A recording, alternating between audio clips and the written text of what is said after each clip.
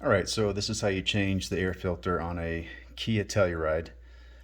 Should be years 2020 through 2023.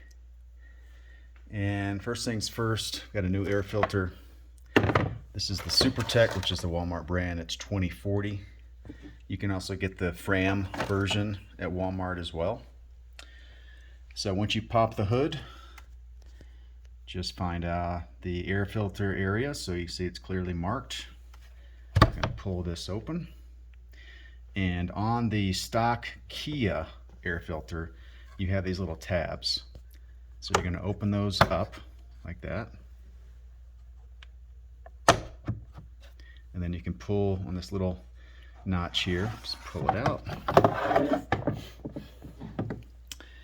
And we'll look, it's not horrible, but you can see there's definitely some areas of concern.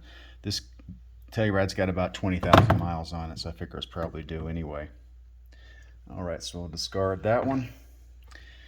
Now for the new one, only the Kia OEM has the little lock tabs. So the Fram and the Super Tech and probably most of the other ones as well are not going to have that.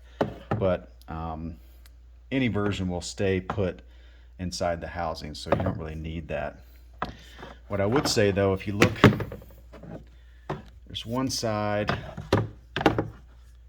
that's got kind of a flat notch in the middle, and then the other side has one where it's kind of got a space where you can kind of grab onto it. That's the side you want on the outside. Okay, so we'll just stick it in there.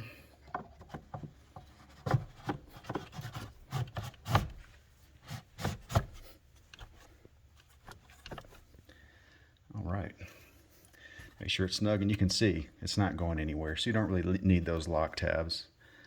And then we'll just shut it up. That's it. Probably the easiest engine air filter you will ever change.